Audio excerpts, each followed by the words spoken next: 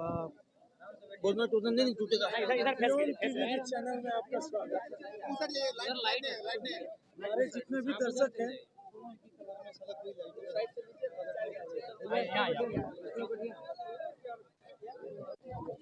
Vivek,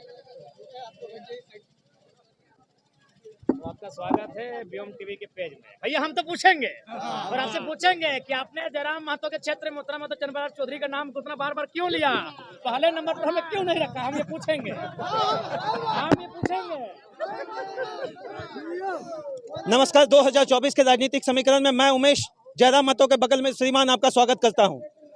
Manjhi the mountain man में एक dialogue था, लो फिर आ गए, क्या समझे थे, नहीं आएंगे जब तक छोड़ेंगे नहीं, जब तक तोड़ेंगे नहीं तब तक छोड़ेंगे नहीं। चलिए, टाइगर इज बैक वाला स्टेटमेंट के साथ यहाँ के इनके जितने भी प्रतिनिधि हैं, समाज सेवी हैं, राजनेता हैं, इनको इसी तरह सुशोभित कर दें। चलिए टाइगर भाई, क्या हालचाल?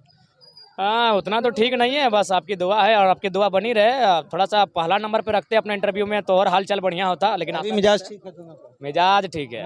अच्छा, क्या कुछ कहेंगे मथुरा बाबू को? पहले देखिए, मथुरा था बिल्कुल जेठा लगते हैं, लेकिन राजनीतिक विचारधारा में भिन्नता है। उनको 15 साल मौका मिला है, अब उनको आराम करना चाहिए, अपने घर परिवार को देखना चाहिए और काफ़ी पूंजी एकत्रित कर लिया है। अब उनको अपने सब परिवार जो है थोड़ा सा परिवार को देखना चाहिए, नाती पुतों को खिलाना चाहिए। अब सदन में जाने की बारी हमारी है। 3 स्टेटमेंट चल रहा, काका के जिताए देवो, मौसा के जिताए देवो और दादा के जिताए देवो। तीनों आप बिल्कुल समझ रहे होंगे, दादा कौन, मौसा कौन और काका कौन। तो हम ये आम जनता के बीच में जब प्रश्न रखे, अब हम इसका उत्तर नहीं देंगे। अच्छा, मौसा काहे ना जीतो और काका काहे ना जीतो और दादा काहे जीतो? तो मौसा है खातिर ना जीत तो जेठवा है खातिर ना जीत तो क्योंकि पुरान भई गेलो, अब पुरान भई गेलो, अब नतून गिदर चाय, अब चले बुला वाला ना, अब इणके वाला गिदर चाहिए। तो सही खातिर ओखनी के एगो समय हलय, मौसुओं के समय हलय, जेठवों के समय हलय, और दियो के गोड़ लगा है कि अब आशीर्वाद दे दहा। अच्छा, 2024 में एमपी का जो चुनाव है, इसमें सबसे बड़ा मुद्दा गिरिडीह के अंतर्गत क्या कुछ लंबे समय से जो आप कंपेनिंग कर रहे हैं, जो आप देख रहे हैं? गिरिडीह में देख पा रहे हैं पलायन, विस्थापन, खनन संबंधित समस्याएं फैल रही, प्रदूषण के मार से फैलती बीमारियां, उन पर रोकथाम, जल का घटता हुआ स्तर, पर्यावरण संकट, ये समस्याएं हैं और इनको समाधान सदन के माध्यम से होगा जब नीति नियम उनके पक्ष में बनेंगे और उनको अनुपालन करने के लिए जोरदार प्रहार किया जाएगा। अच्छा जयराम भाई, बड़ा पड़ोस में आसपास में बड़ा दुश्मन पाले हुए हैं, विपक्षी पाले हैं। अब तो पार्टी में आपको पालने का जरूरत नहीं है, ना आपको भाजपा में पालना है, ना कांग्रेस में पालना है, आसपास के लोग बड़ा। ये थोड़ा सा है, दुर्भाग्य है कि आज हम लोग एक नया दल है और हमारे लोग इतनी जल्दी इतनी महत्वाकांक्षा पाल के बैठे हैं कि तुरंत रिजल्ट चाहते हैं, तुरंत माने एक मुकाम चाहते हैं और नहीं मिलने पर फिर दगा देते हैं। हाँ, ये 4-5 ऐसी घटनाएं घटी जो हमारे केंद्रीय कमेटी के पदाधिकारी हैं, जिला के पदाधिकारी हैं, प्रखंड के पदाधिकारी हैं और शायद दूसरे दलों से हाथ मिलाने की सूचना मिली है, लेकिन कोई दिक्कत नहीं है, जाए जहाँ जाए स्वागत है। लेकिन बस हम ये माने कि एक प्रॉपर स्ट्रेटेजी आप मेंटेन कर रहे हैं, खासकर इलेक्शन कैंपेनिंग में। क्या हम इसको इलेक्शन मैनेजमेंट कंपनी का सबसे प्रॉपर एजेंडा समझ लें कि आप इसी तरीके से राजनीति करेंगे और इसी तरीके से जीतकर संसद तक पहुंचेंगे? बिल्कुल, हम अभी इसी तरीकों के हम लोगों ने अपनाया है। यही जनादेश और जनसैलाब ही हमें राजनीति की जो पदार्पण हमारी होने वाली है उसको तय करने जा रही है। एक कहावत है, जिंदगी की ना टूटे लड़ी, प्यार कर लो घड़ी दो घड़ी। तो ये बताइए, जनता से प्यार या वोटर से प्यार, या बोलेंगे नहीं इससे प्यार? नहीं, जनता से प्रेम है हमें। और आप मेरा एक स्टेटमेंट देखिएगा, टुंडी हम गए थे, टुंडी में वहाँ के लोगों ने वोट बहिष्कार का तख्ती भी लगाया था। हम गए, क्या वोट बहिष्कार नहीं, कोशिश कीजिए नोटा को दबा दीजिए, क्योंकि हमको नहीं, हम बोलेंगे बहिष्कार मत कीजिए, आप नोटा को दबा दीजिए एकदम खुले मंचों पर कि हम लोग नोटा को वोट देने जा रहे हैं और हर गांव में किसी को मत घुसने दीजिए। लेकिन फिर भी हम भी आपके गांव नहीं आएंगे वोट मांगने, क्योंकि हम तो दोषी नहीं है, लेकिन फिर भी आपकी नाराजगी को हम सह रहे हैं। हम भी आपके गांव वोट मांगने नहीं आएंगे, लेकिन जीत गए तो पहला काम आपके गांव का करेंगे और अपने संसद की खुद की सैलरी योजना से, फंड से नहीं, जो हमारा 3 लाख का सैलरी आएगा उससे आपकी गाँव की सड़क बनाएंगे। एक एजुकेटेड स्टेटमेंट के माध्यम से आप अपने समर्थकों को जरूर ये बताइए कि आपके अपने क्षेत्र में दूसरी पार्टियों को घुसने नहीं दिया जा रहा, तो कहीं ना कहीं आपको नहीं दादा इसको नहीं आपने कहा नहीं, लेकिन आप एक छोटा सा अपील कर सकते हैं। अपील करते हैं जी, हमारे जितने भी समर्थक हैं, जो भी प्रत्याशी जाते हैं उनको घुसने दें, उनको बैठने दें, उनको पानी पिलाएं, फूलों की माला चढ़ाएं, लेकिन बैठते ही एक सवाल जरूर कीजिएगा कि हमारे गाँव के किसानों की जमीन 2 एकड़ है, आपकी 200 एकड़ कैसे है? हमारे पास पान की चाय की गुमटी नहीं है और आपका विदेश में कंपनी कैसे है? हमारे बच्चे टावर लाइन खटने जाते हैं, आपके बच्चे फॉर्च्यूनर में कैसे चलते हैं, ये सवाल कीजिएगा, उनको बुलाइए। क्या हो रहा 25 मई को? 25 मई को क्या कुछ होने जा रहा है जो आपको नजर आ रहा है पिछले 22-23 दिन का कैंपेनिंग? 25 मई को 12 नंबर का जो छाप रहेगा वो मशीन जो है वो घिस जाएगी।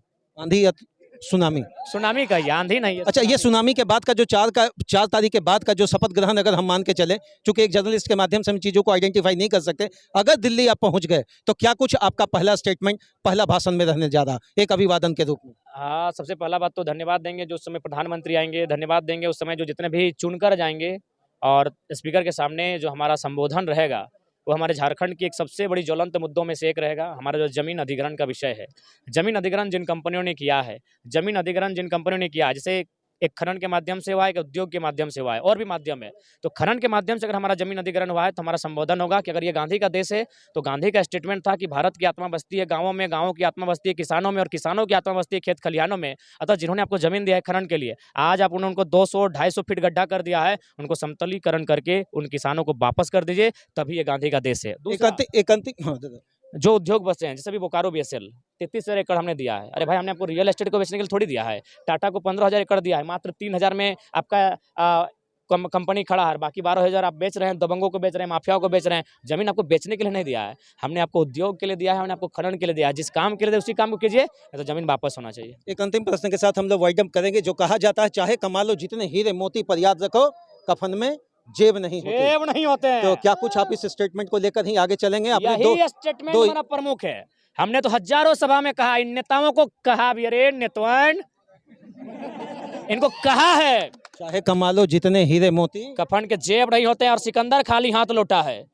सिकंदर का 3 स्टेटमेंट इन नेताओं के लिए, इन IS IPS के लिए, इन कॉरपोरेट के लिए। सिकंदर की जब मौत होने वाली थी, सिकंदर ने अपने तमाम महामंत्रियों से कहा था, जब मेरी मौत हो जाएगी तो मेरा जो कफन में जो होगा, मेरे जनाजा जब निकलेगा तो मेरे दोनों हाथ कफन से बाहर कर देना। बोला क्यों ना? उससे इस दुनिया को एक संदेश जाएगा कि लाख धन दौलत कमा लो, जाना तो खाली हाथ पड़ता है। भूल गए। within this the 2024, what will be your second agenda when you reach up to the parliament statement?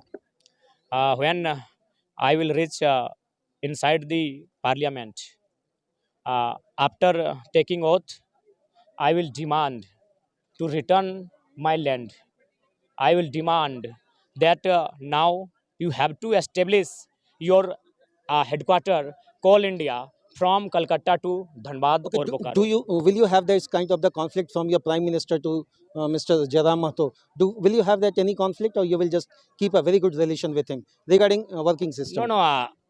I have a very serious question I will have, and obviously, if Jharkhand provide 40% of minerals, then our country should have provide minimum 40 minutes discussion regarding to Jharkhand. Who is Jharkhandi finally? Yes, obviously, this is our prime matter. This is our prime issue. Who is Jharkhandi? Everyone is not Jharkhandi.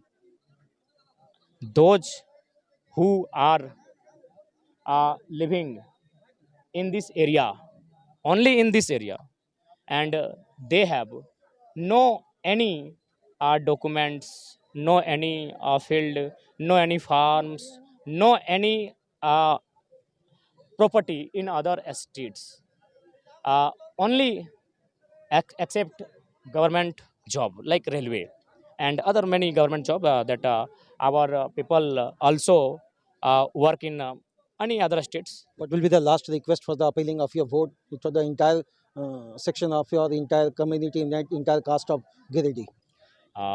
I first of all I would like to thank all of media channels reporters that they are trying to do their best and highlighted the problems of Jharkhand. And I request all of Jharkhandi, please cast your vote in favor of Jharkhandi issues. Please cast your vote in favor of those leaders who will take action in favor of your children And against corruption. and in बिल्कुल ये सत्य है कि आज झारखंड की मिट्टी ने काफ़ी करप्शन झेला है. This is true that still now the Jharkhand, the people of Jharkhandi are facing many problems like corruption, like pollution, like displacement, like wrong acquisition of land. So this is our also prime and major factor. धन्यवाद। कोई दीवाना कहता है, कोई पागल कहता है, मगर झारखंड की बेचैनी को एक झारखंडी ही समझता है। कौन कैसे करेगा, क्या कहेगा 2024 के अंतर्गत वोट की राजनीति कैसी होगी ये तो मुझे पता नहीं, लेकिन जीत का आगाज तैयारी के साथ। जय हिंद सर, धन्यवाद। धन्यवाद। मूछा पे ताव दीजिए। और पहला नाम हमारा उतारेगा कौन, अब तो इधर दूसरा नाम। इसीलिए बोलते हैं टाइगर बनना आसान नहीं है। देखिए टाइगर, आप एक दिन में उतर पा रहे हैं। देख रहे हैं, नहीं अब आपको उतरना होगा। गाड़ी 120 के स्पीड में। डॉक्टर साहब भी अभी नहीं, इसमें टाइगर तेरा मतो जिंदाबाद।